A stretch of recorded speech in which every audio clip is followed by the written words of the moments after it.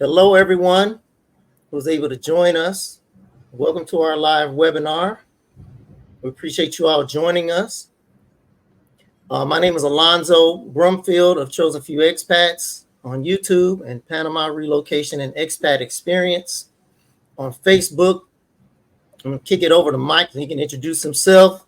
Introduce himself and tell us a little bit about himself and his background, and then I'll do the same. Hey, thanks, Alonzo. Let me introduce myself. My name is Mike. I'm actually an expat here in Panama. I've been here off and on since 2017, and I just love it here. I'm the expat advocate, and our company is the Manhattan Realty LLC. That's our real estate arm of the company. So thanks for having me, and let's roll. All right. So, actually, in this particular case, I'm not having you, we're not interviewing you. This is kind of like a joint venture. So I'm used to saying that myself. I'm always like, well, thanks for having me. But so basically, this is a shared event. So what we wanted to come before you all with today was Panama relocation from an American perspective. We want to be kicking off these webinars probably on about a once per month cadence, maybe once every 3 weeks. We'll see how it goes. We're streaming this into several different groups on Facebook and on YouTube. So if you're joining us, on YouTube, or wherever you're joining us from, welcome. We will get the comments and questions here at the end. So we just want to share some information with you all regarding Panama. So my name is Alonzo Brumfield. I have a YouTube channel called Chosen Few Expats, and we're on Facebook at Panama Relocation and Expat Experience. You can find us there. So I've been coming to Panama. I've been living in Panama for 3.5 years. We made about 4 exploratory trips to Panama in between 2017 and 2021 before making our move. So we decided to start a YouTube channel to try to spread the word about Panama as a potential option for people who were looking to leave the country. And this was done with a U.S. focus. Of course, we know other people are looking to relocate from other countries, and we're happy to share information and help everyone who's willing to move. But the origins of our channel in particular, was focused on helping people get out of the United States with all of the conditions and everything that was bad at that time that have really escalated since then. So basically, my wife and I, we quit our corporate jobs, and we're entrepreneurs. And we have made the move to Panama, and want you all to be able to come enjoy the same fruits in Panama. So with that, we're going to get into some, a few articles here. Actually, before I do that, I meant to put this up when Mike was going through his intro. So you can follow Mike on TikTok at tiktok.com/@the-expat-advocate. Is where you can find Mike. And my website, if you're not already on YouTube at Chosen Few Expats, the website is Panama Relocation Online Courses.com. You can click into that and get more information about our online course, our Facebook page, Facebook group, and other products and services. So sorry, I meant to mention that earlier. But the first thing we want to get into here is an article by Forbes, which ranks Panama the number one destination for expats in 2024. And so let me share that article with you all so you can check it out. Some of you all, if you're in our Facebook groups, you may have seen some of this information already, but I want to dive into it a little bit here, into some of the details. So this was the 11th edition of the Expat Insider Report by Internations, which is one of the most comprehensive studies on expat life, gathering responses from over 12,500 expats representing 175 nationalities in 174 countries and territories. The report ranks the best countries to live by analyzing factors such as quality of life, ease of settling in, working abroad, personal finance, and the Expat Essentials Index, which covers housing, administration, language, and digital life. So those are a lot of good things to cover, but But there are some other things you want to consider when moving abroad in addition to those things. But this year, Panama has climbed up to the top of their list, making an impressive leap from its third place ranking last year, knocking Mexico down to the second spot.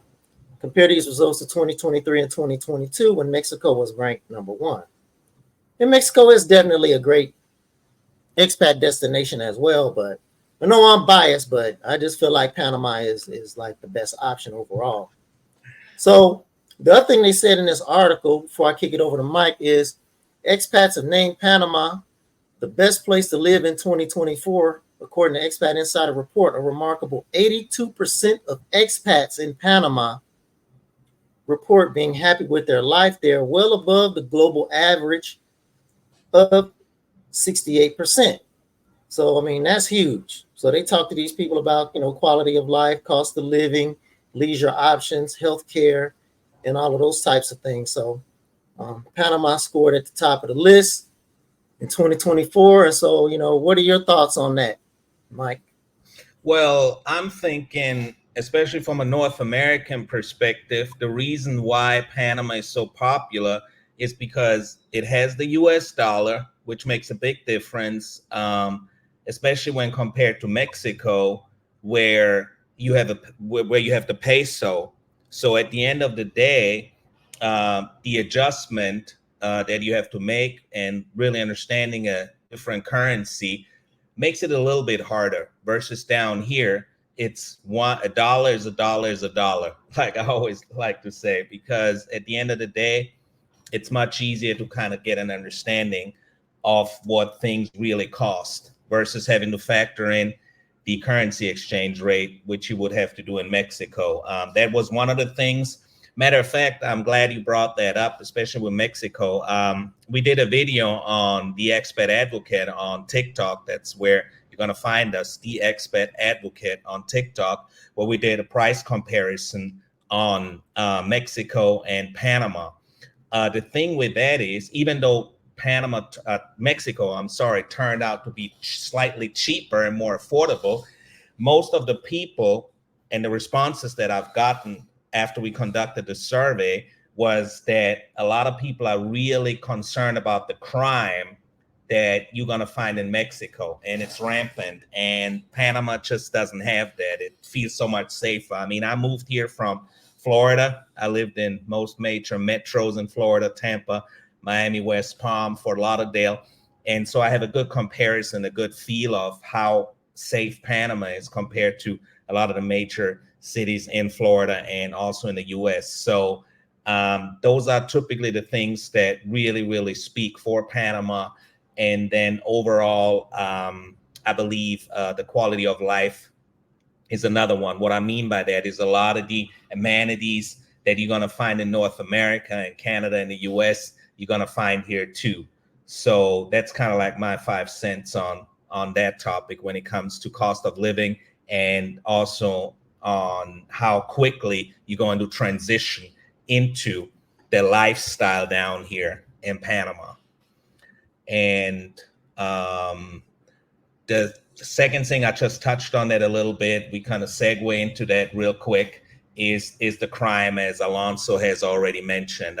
We did a couple of statistics. We also put it in the description of the video. We looked at some of the most dangerous cities in the world, and we were looking at how Panama ranks compared to those cities. And actually, they did fairly well. The 100 most dangerous cities in the world, Panama is nowhere to be found. So I guess that's a compliment on the police work down here, and also the safety and how things are structured, that it does not get to a point where you have to have major safety concerns when moving down here, which is one of the questions that we're getting a whole lot from a lot of fellow expats that come here, is of course safety, especially when they move with their families, or also when it's people that are close to retirement age that just really looking to be in a safe area. And with a language barrier, of course, that's one of the other concerns. If people don't understand what you're saying when you scream and help or whatnot, that is a concern. So yeah, that's kind of the thing here. There's a couple of things.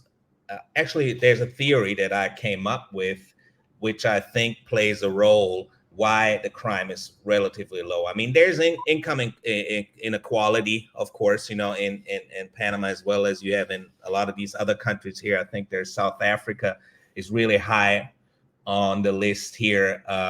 Venezuela, Brazil, United States, typically is up there as well. Mexico, of course. But what plays a role is, I think, because Panama really does not have an active military. What I mean by that is they don't have as many expenses on the military, because de facto, the U.S. is still kind of looking out for Panama, especially because of the canal and the importance of the canal. And so I think because they have not tied up so many resources on the military side, they have much more resources available for police all over the country. I mean, you've got park police, you have special units on motorcycles, you have regular police, you have, there's a variety of different types of polices in the country, different units, I meant to say.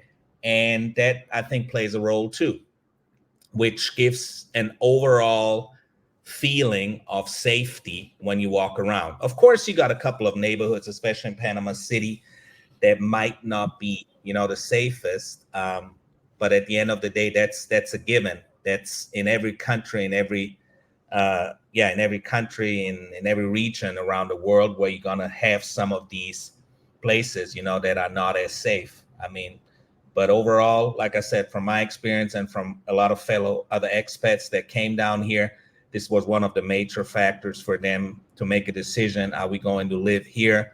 Or are we going to move somewhere else?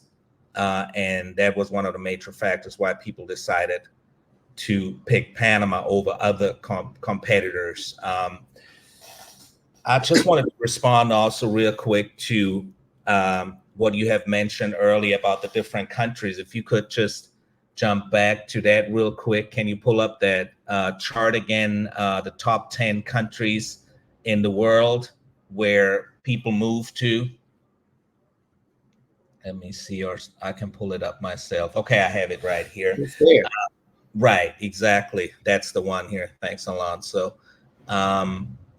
What I wanted to add to what you already said is Panama and Mexico. Of course, those are the two, especially for North Americans, that are very popular outside of Florida, of course, where people move within the states as a retirement place, but that's not listed on here. It's not living abroad. The other ones, what I think is another challenge, with the exception of Brazil, of course, is the time change. Like in Europe, you typically 6 or 7 hours ahead if you from North America and you still have family here. So Spain, for example, is one of these. Portugal, let me check. I think Portugal didn't make it on here this time. Yeah, it didn't. I'm a little surprised because they typically always rank high too, as well as Costa Rica. But anyway, so Spain is about 6 hours ahead, depending, 6 to 7 hours ahead of us. And then, of course, Brazil would be on our time zone. But then we're going even further towards Indonesia or Thailand, where you really, now that's a stretch, in order to stay in touch with family and friends back home, especially when you're from North America. I can imagine it's really challenging because of that time change. You're always gonna that time difference, you gotta always kind of really watch it. That is the benefit to Panama for sure. Like being in a central time zone is definitely helpful. But I wanted to hit back on on some of the crime that you were talking about there. And basically a couple of other reasons in addition to what you had mentioned. One other reason, I know you mentioned resources in terms of, you think, Panama has resources available because they don't have a military, which, that is true. But also got to keep in mind how small of a country Panama is. There are only 4.5 million people in the whole country. So I mean, therefore, I mean, they have a significant amount of resources and people available, to only police that small amount of people. It's not a lot of people, but you do have about 1.4, 1.5 million of those people in Panama City, and the rest of the people kind of scattered throughout the country. So Right. most of these areas of the country are not major metropolitan areas where, you actually just don't need a whole lot of resources to police that small amount of people. So there's that part. Mm-hmm. And then also in Panama, there's very, very low rate of violent crime. Within my Panama Relocation online course, I have a detailed lesson on crime. Mm-hmm. The crime comparison with Panama in various U.S. cities. And basically what you have in Panama is that you don't have the gun culture, the spirit of gun culture that we have in the States. Okay. Not that I'm for taking anybody's Second Amendment rights away, but when you do have a large abundance of them, out in the population, and tempers flare, and there's alcohol and drugs coming to play or whatever, people Right. get emotional and things happen and things spout off. So you have this high rate of mass shootings and all of those things in the States, high rates of violent crime and all of that you just simply do not see here in Panama. Right. That's one really other thing I'll mention related to that before we move on is that actually the former police chief of Panama was arrested for gun possession. They found 4 illegal guns in his home, and he served 3.5 years in prison for it. He was supposed to serve 5. They let him out early.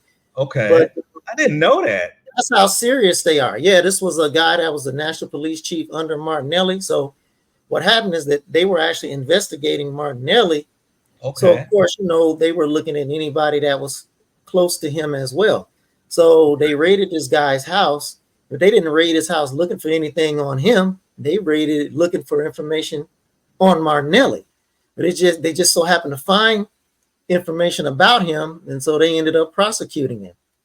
So yeah, Mike, I'm not sure what happened. Looks like I might have lost you here. So hopefully Mike will come back in here in a minute.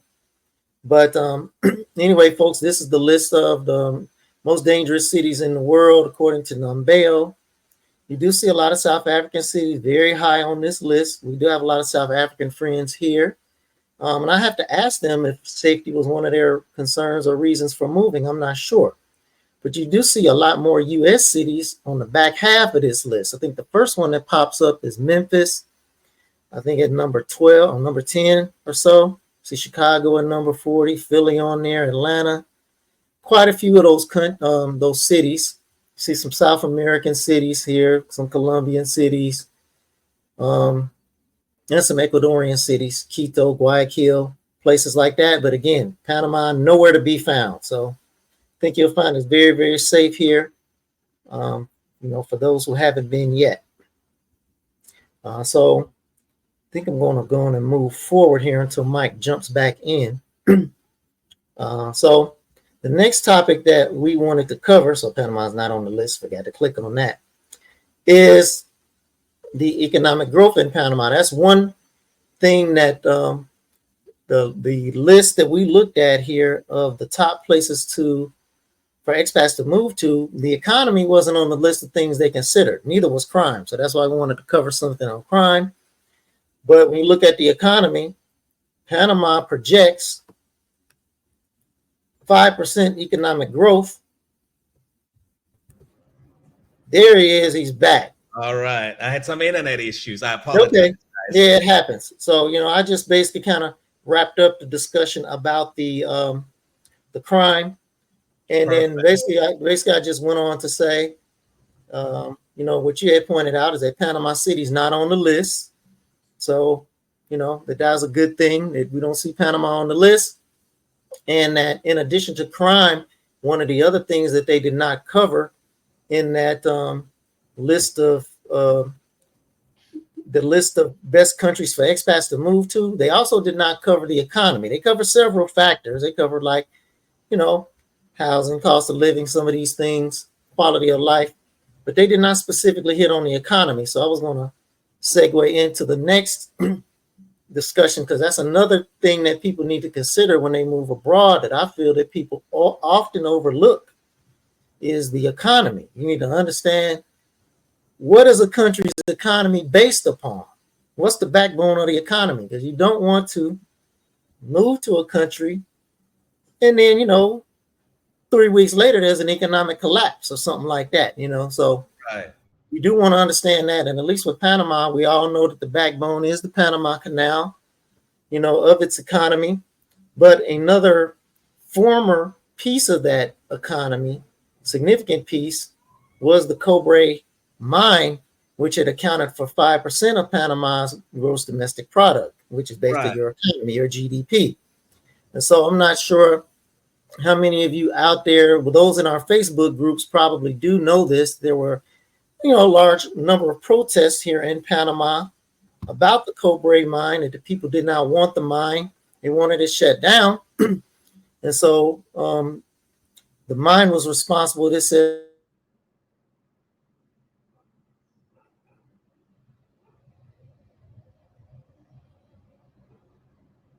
for a large number after the Panama Canal.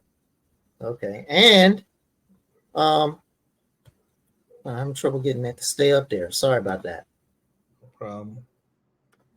And the mine was ruled unconstitutional by Panama Supreme Court following months of protests.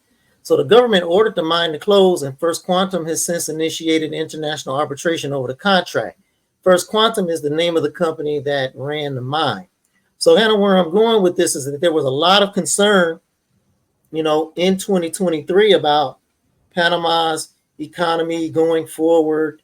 How are they going to, help make up for this money from the mine, and all of that. So this article here from December 2023 says Panama may slash GDP growth view due to suspension of the First Quantum mine. So they, this at this time, people were thinking, Panama their economy usually grows pretty consistently. And what are they going to do now that they've lost this mine? And so what ended up happening after all of these concerns is the government has now come out and said, hey, we project 5% growth for the Panamanian economy in 2025. So, this appears that the people may have been right in saying, the people like, hey, Panama's not a mining country. We don't need a mine. Our economy is just fine. And so even without the mine, the government, after all of that, all of the concerns and everything else, the government is now projecting, 5% growth in the economy for, 2025. So, I'll kick it over to Mike and see, what are your thoughts on that? Right. As you stated, with the projection of the 5%, what I'm thinking is what helps them a lot is that the Panama Canal, which had some issues, water issues, there was a drought. We were fighting a drought here for quite some time, and that really slowed down trade. And not only trade, it actually really slowed down the Panama Canal, and it was put in question, how reliable the canal is going to be for the years to come, and how it's going to impact the overall global economy because of the drought in the canal. However, I do think that government projection of 5% growth for 2025 is fairly accurate for the simple reason they did put in place certain new measures and working on new projects. Let me rephrase that. They're working on new projects where they're going to allow this not to happen again. So basically, they're working on systems. They're working on a project where they're looking to make sure that the droughts are not impacting the canal as they did now with this recent experience. So they're pretty good at it. The funds are here, like you said, they've been hit hard in 2020, like most other countries. COVID and so on was definitely a big concern. But now with this blow that they have received with the canal being basically put in question as a reliable a pass from the Caribbean Ocean to the Pacific Ocean is probably out of question. I think they putting the things in place that are going to help the country to stay afloat. And apart from that, of course, tourism is growing again. We see that a lot. We run a Facebook group, the Panama Travel Forum, where we can see a lot of movement just recently again, because the season's coming around, the high season, the dry season down here, which is really the summer, Panamanian summer. So we see an increase in people who are registered, people who come up, ask questions, people looking to rent hotels and rental cars and all that good stuff. Other than that, I think inflation is also one of the other things. From my understanding, that the inflation rate in Panama is moderate. I don't have the exact numbers here. I do believe it was. No, I got it. You got it? Okay. Oh, you know I got it. Oh, yeah. Yeah. I got it. Yeah, so like, okay, we're gonna hit on that, but I want to show them the article because I guess kind of showed the headline, and then the article kind of segues into the into the inflation. So I'm gonna share my screen and show you all the article here that we're talking about. And here it is. This is from Newsroom Panama. Perfect. Government projects 5% growth for the Panamanian economy in 2025. And I'm just not going to read this whole thing, but just part of it here. The Minister of Economy and Finance, Felipe Chapman, indicated in addition to the 5% growth in GDP for next year, inflation is also expected to be 2%, which is the dream of every economy, especially the U.S. with 2024 runaway inflation. So, it's interesting that you mentioned that. Are you serious? Yeah, and it's interesting you mentioned that because it's in this article here. We didn't talk about this stuff ahead of time. Right. And we're also on the same page when it came to the crime, also, kind of how that first bit of information kind of segued into the crime. So this is another situation here where we're kind of both on the same page with this. This article goes on to say, there's a correlation between the two. That's basically what you're getting at, right? Yeah.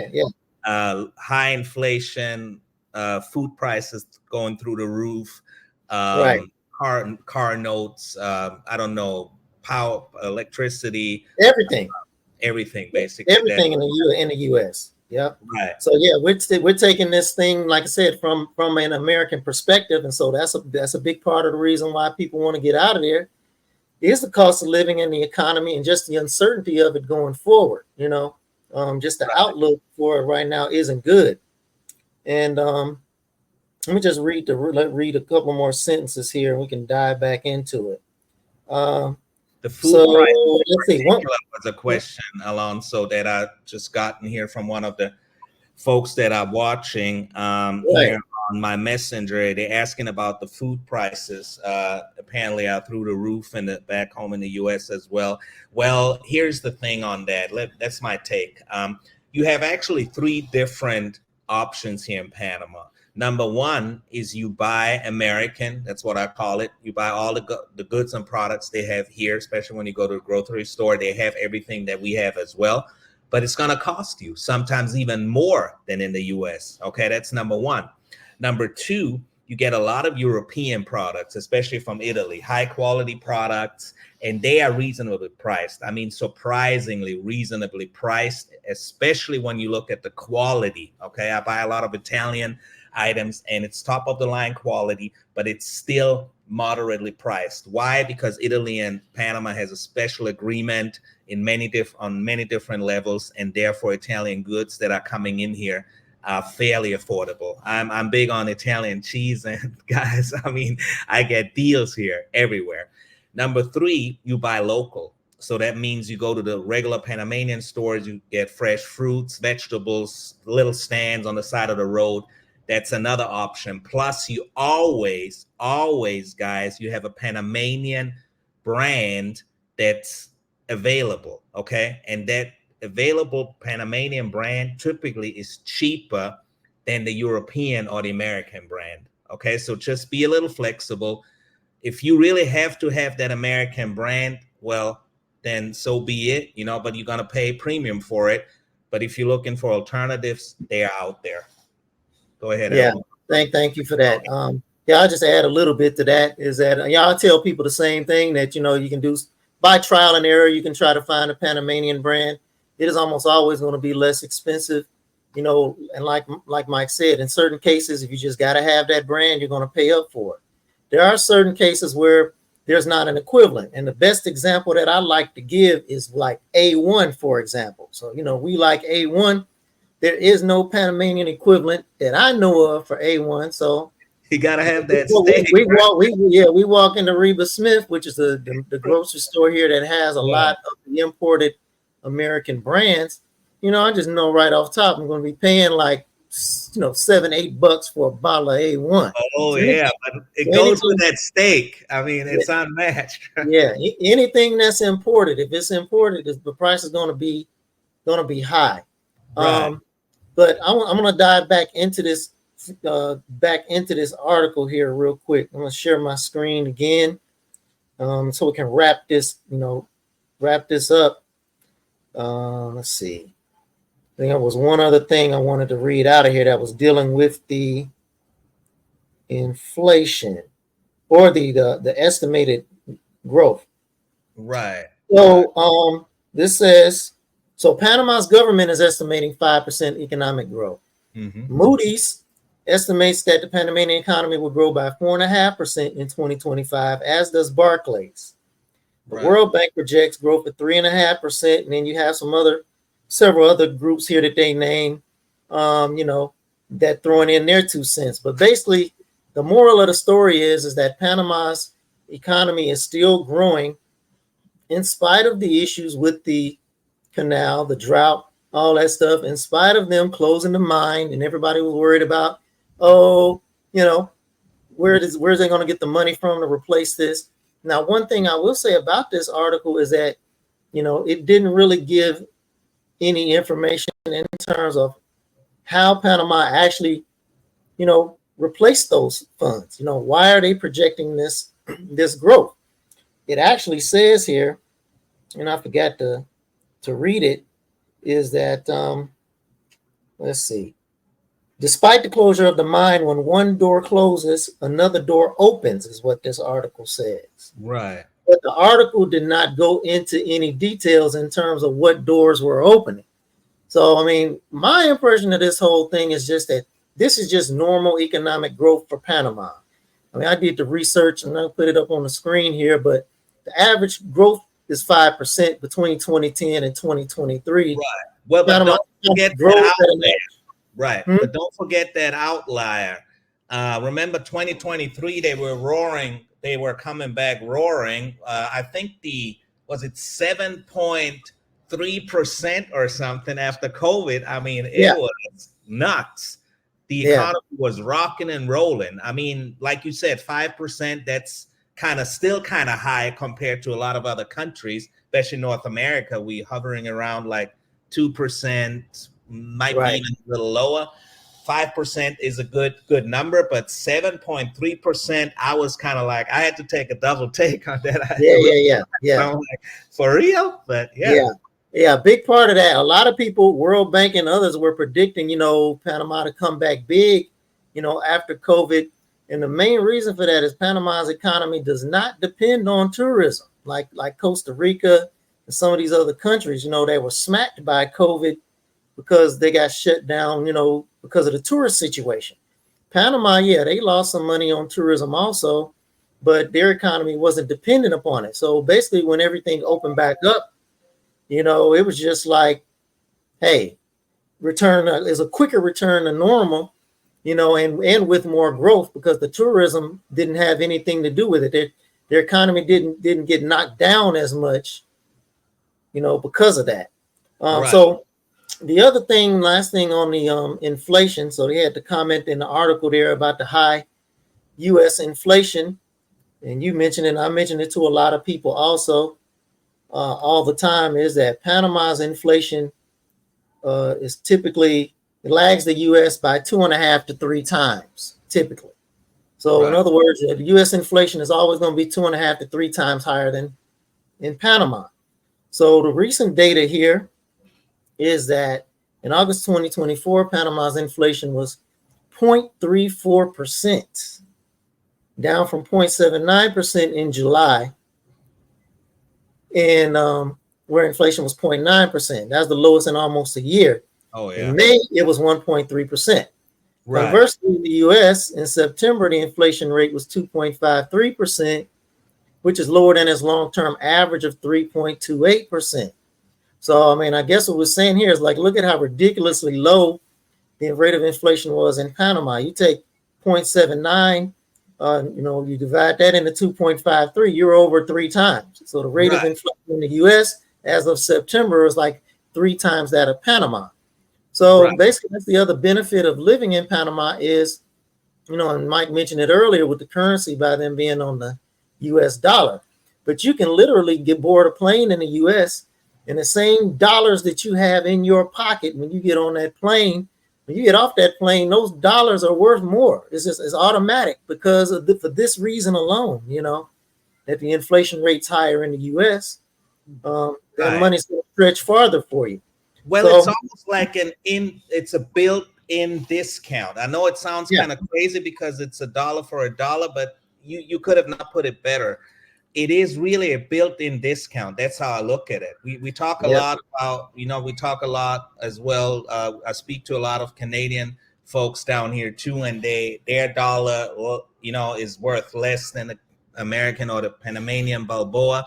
And they complaining, they're saying, hey, look, it's still kind of affordable because we're still a high income country, but it kind of hurts us, especially when we're buying real estate. Versus when you come down here from the US, you have that built-in discount because it is overall cheaper and you're paying the same dollar, but you pay less compared to what you will pay in the US. It's just a fact. Yes. So you answered one question. I wanted to get to another one. I popped it up on the screen here. This question is from Joy Bay. Is end of September or early January a good time to visit? She said, oh, wow, what a surprise to see South Africa at the top of the list. I did already reply offline because I didn't know how long Joy was going to be staying in the, on the live with us. But for anybody else that's watching, yes, that is a good time to visit. You'll be starting to go into the dry season there, Panama summer. The only thing about the end of December there is that it can get busy around the holidays. You may run into some traffic anytime that there's holidays in Panama. A lot of people leave the city, go out toward the beaches.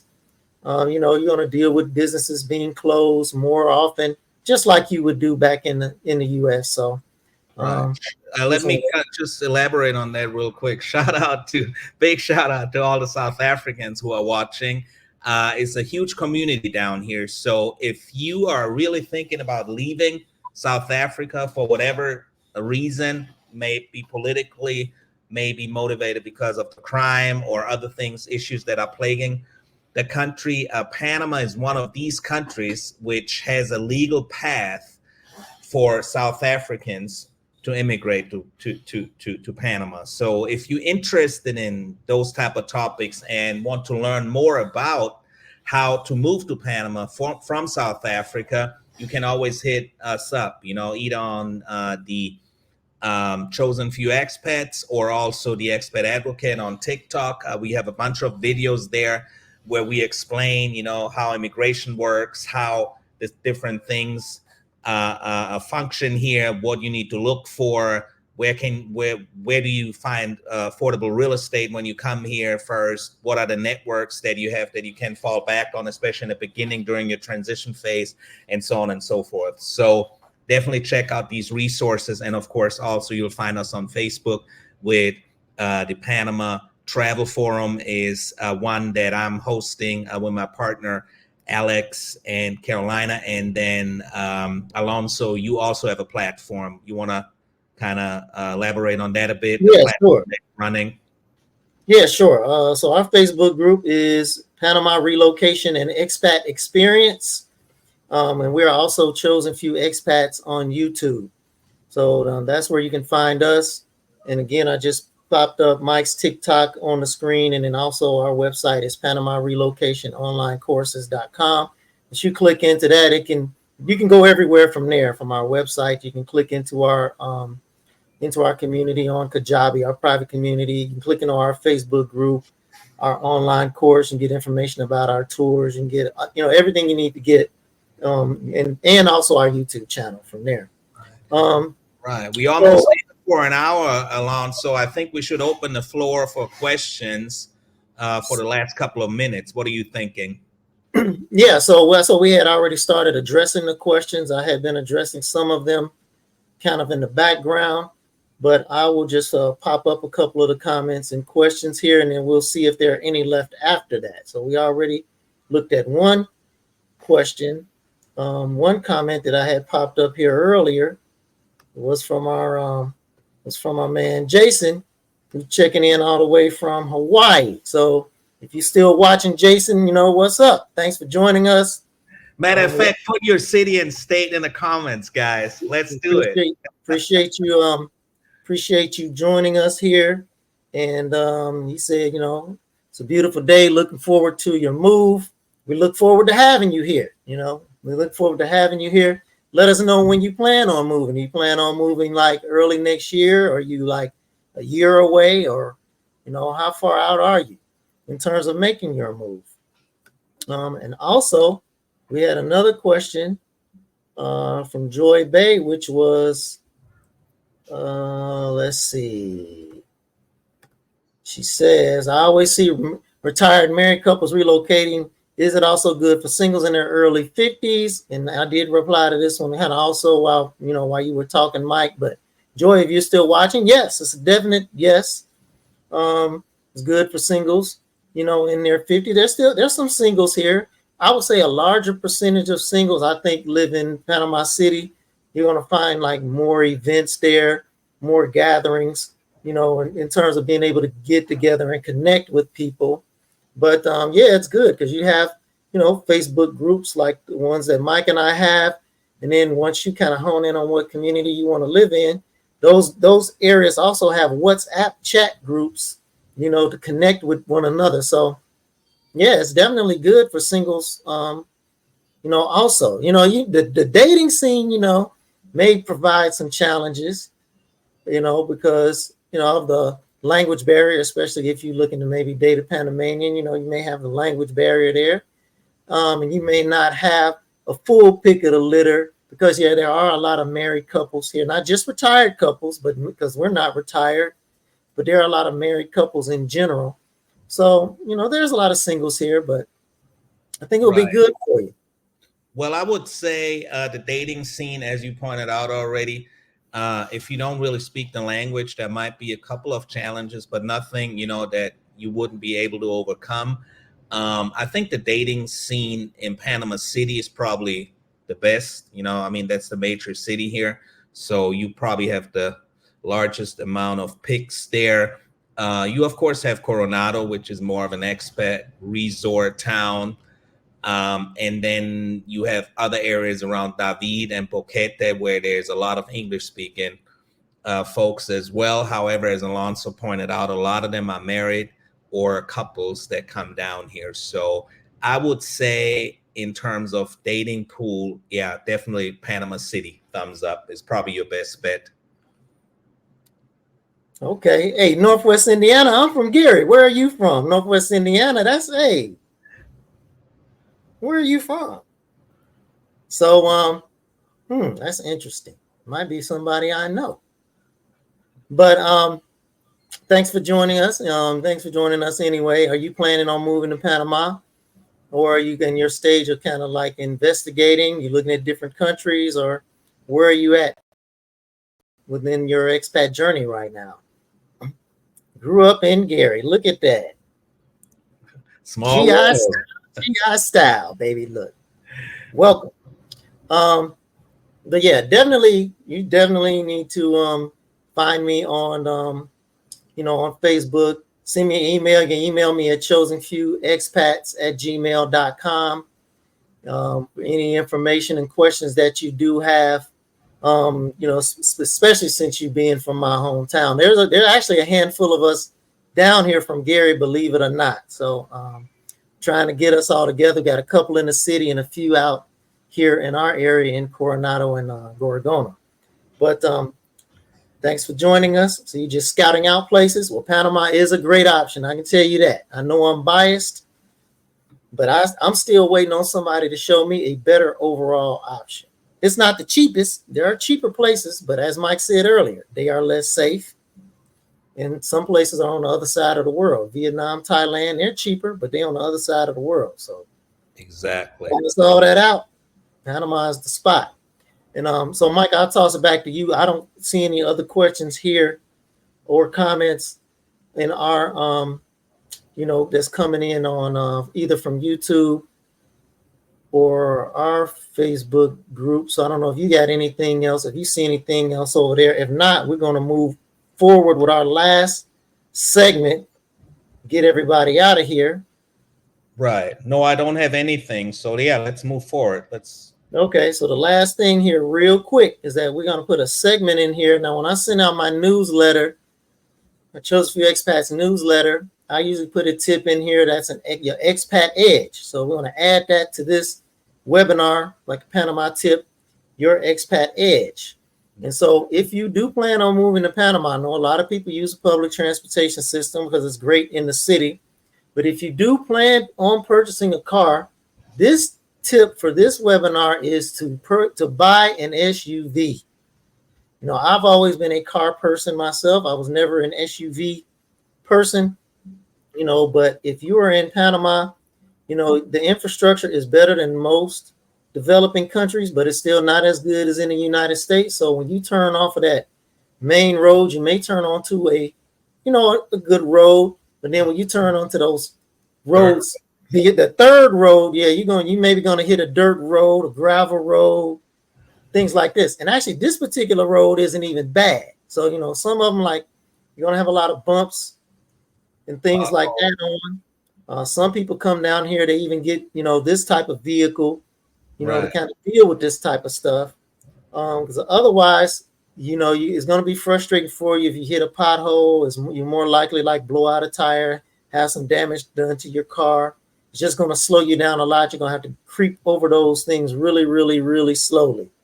So that's the tip that we have for today. Mike, anything to add on that?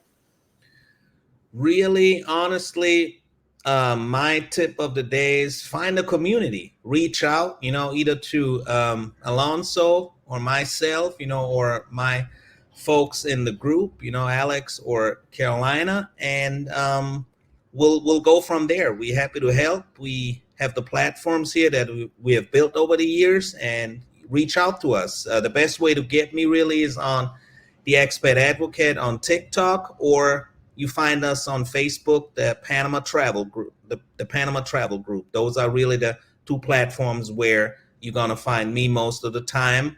And of course, Alonzo, you also very active, I think, on YouTube mainly. That's mainly your forte. And then, of course, Facebook is another one. Yes, on YouTube at Chosen Few Expats, and we're also growing our community on Facebook, which is, again, is Panama Relocation and Expat Experience. But you can find there, you can click into that from our website. So, before we get out of here, we want to remind anybody that is watching on YouTube to like, subscribe, and comment down below. And we want to thank everybody. Thank you all for joining us, today. So, Mike, any last words? Not really. Thinking you already said everything. I could have not said it better. Again, guys, thanks for watching, and we'll see you on the next one. Yep, we'll catch you all on the next one.